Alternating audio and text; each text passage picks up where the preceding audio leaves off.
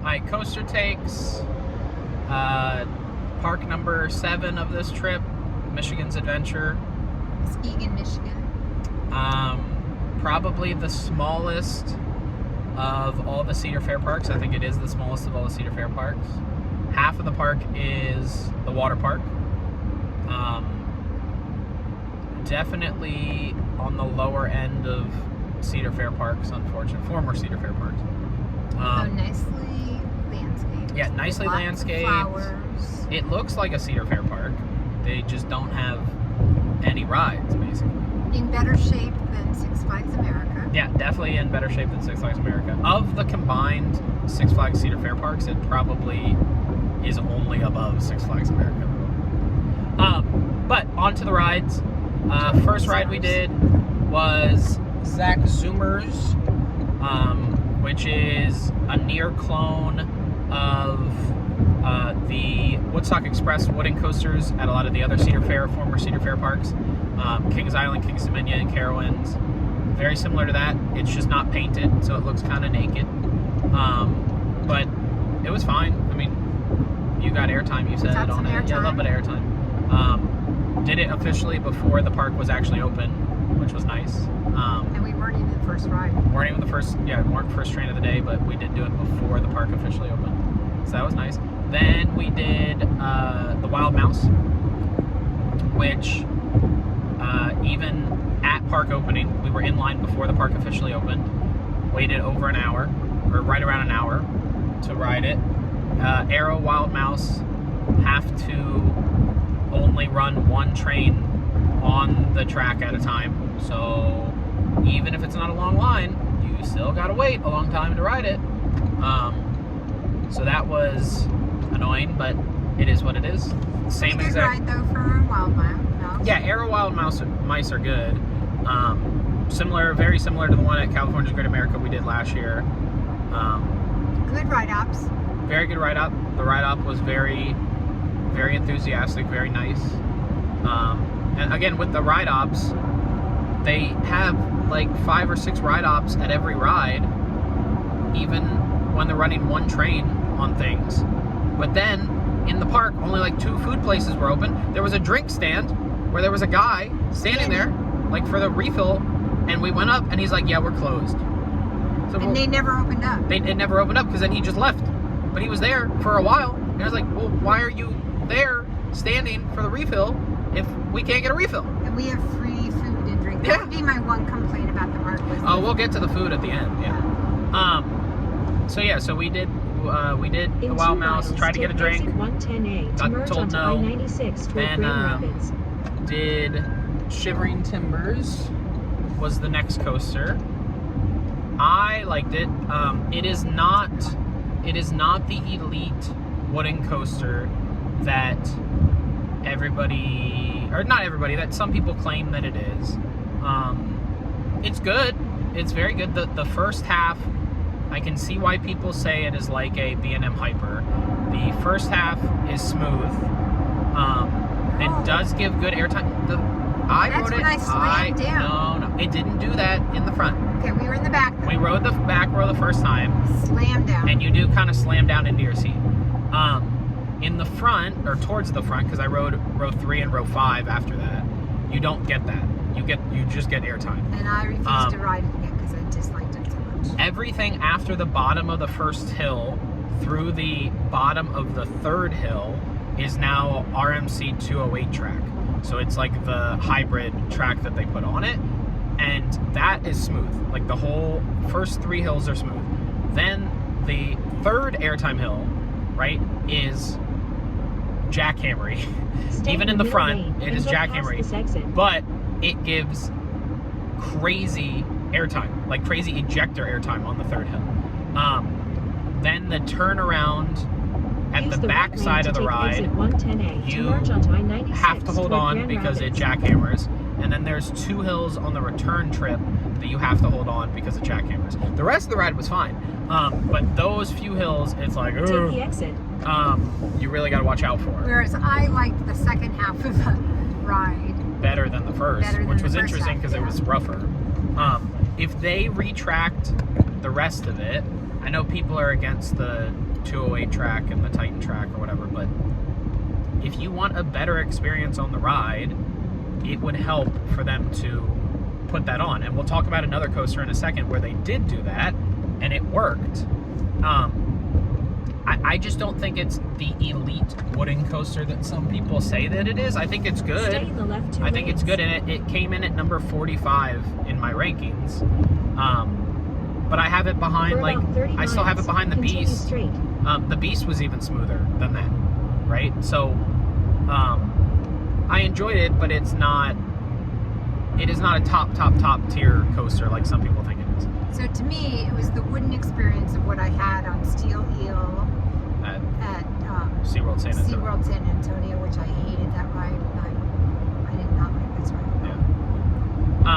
Yeah, I would say it's closer to that than a B&M Hyper. Like when people said like, oh, it's a B&M Hyper, yeah, it's closer to a Morgan Hyper than a B&M Hyper. But I enjoy those. So like I enjoyed it. I did it 3 times. You only did it once. And that was the thing with the lines is when we first got there, the lines were really long for everything.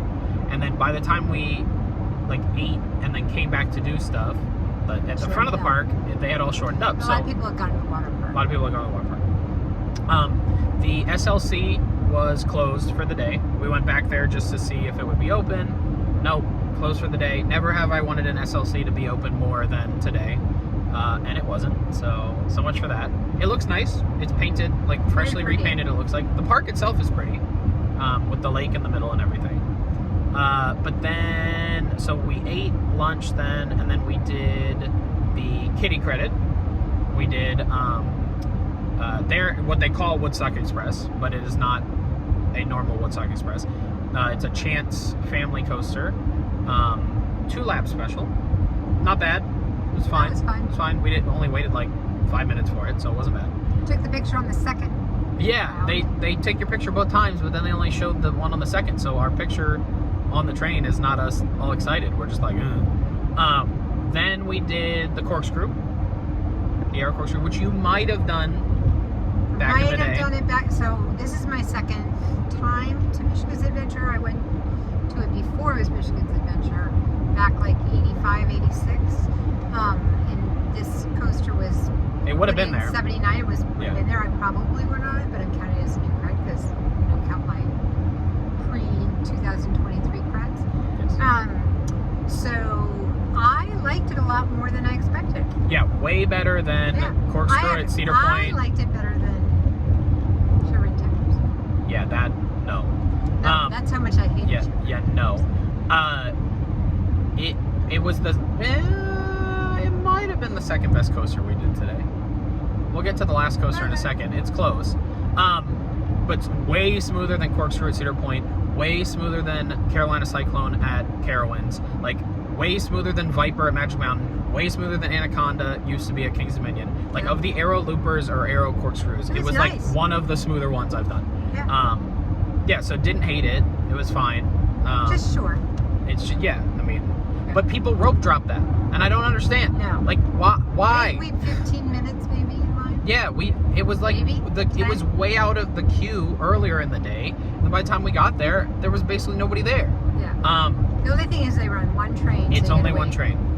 That is the thing with the park. They only have like one train on everything. Right. Other than Shivering Timbers, I think they have one train on every ride. Yeah.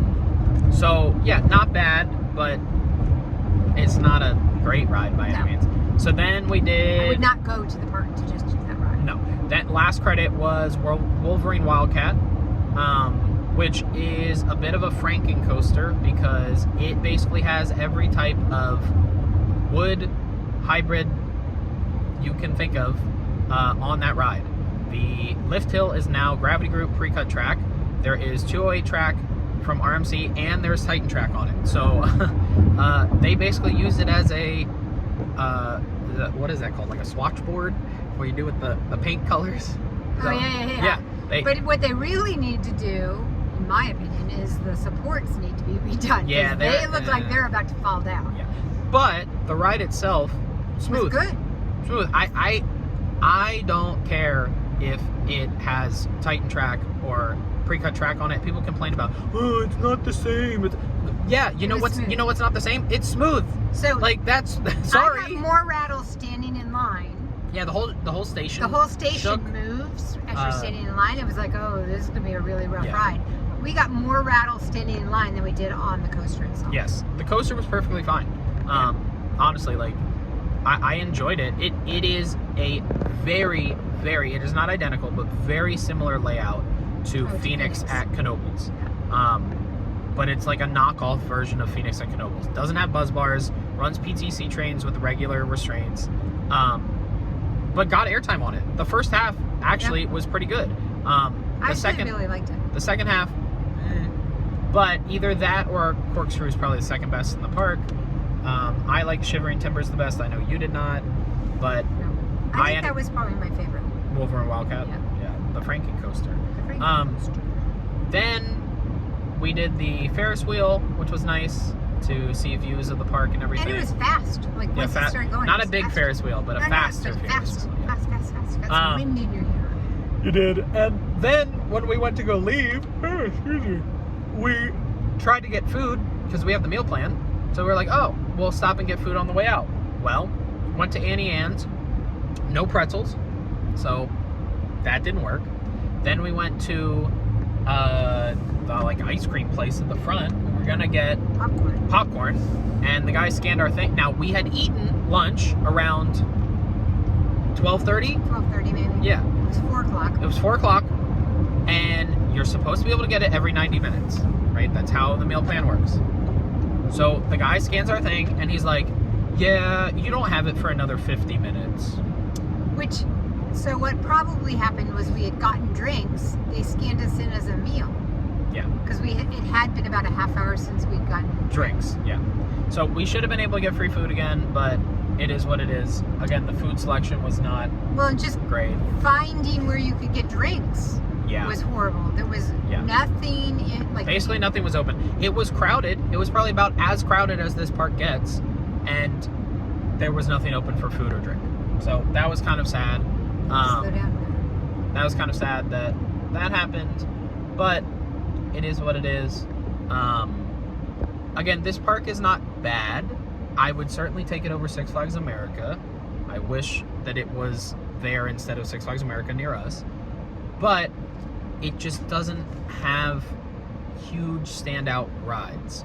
I said, the other thing before we get to coasters is it doesn't have a drop tower, it doesn't have a skyfly or a scream and swing. Like the flat ride selection is not good. It doesn't have anything tall. There's no observation tower. There's no like swings, like giant swings, right? So maybe they have height restrictions? I don't know. I honestly don't know if they have height restrictions. If they don't have height restrictions, the next thing they need to build is something tall, right? It doesn't have to be a coaster, but something that goes up high so you can see the park, right? So, like I said, the giant swings. Yeah, the highest we went was on the Ferris wheel. Ferris wheel or on Shivering Timbers was the highest we went.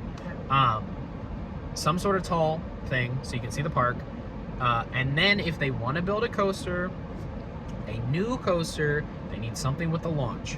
So I think the perfect thing for this park wouldn't be too expensive, doesn't take up a lot of land, only runs one train, which is fine for this park, would be Super Boomerang, a Vekoma Super Boomerang, like Flash at Great Adventure.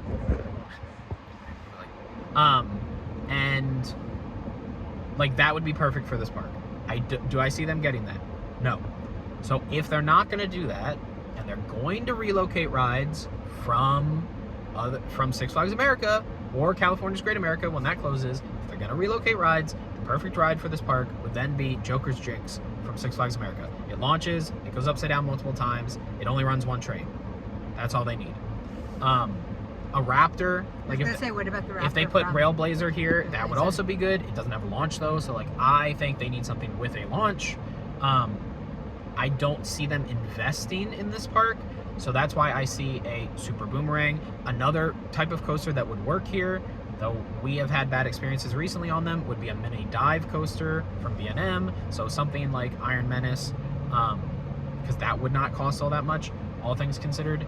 I don't see them putting that in here, but that would work at this park. even if they did like a launched B&M wing coaster, that would be good at this park, right? The problem is I just don't see them investing here. No, it definitely is a local park. Like Yes. when you looked at people's T-shirts, and like it was definitely mostly Michigan people. But I also said to you earlier, the vast majority of people talking in line We're talking about. were talking about Cedar Point, right? And how they're going to go to Cedar Point soon, or they've been to Cedar Point. And Cedar Point from here is about 4.5 hours, right? So it's not around the corner. This is the closest park to anywhere in Michigan. No, Six Flags Great America's. Yeah, if you fly or take the ferry No, or... no, you can drive. It's 3.5 hours. Okay. But they weren't talking about that. No, I know. They were talking about Cedar Point. Uh-oh. Yeah, we're fine. No, there's a car that's flipped over.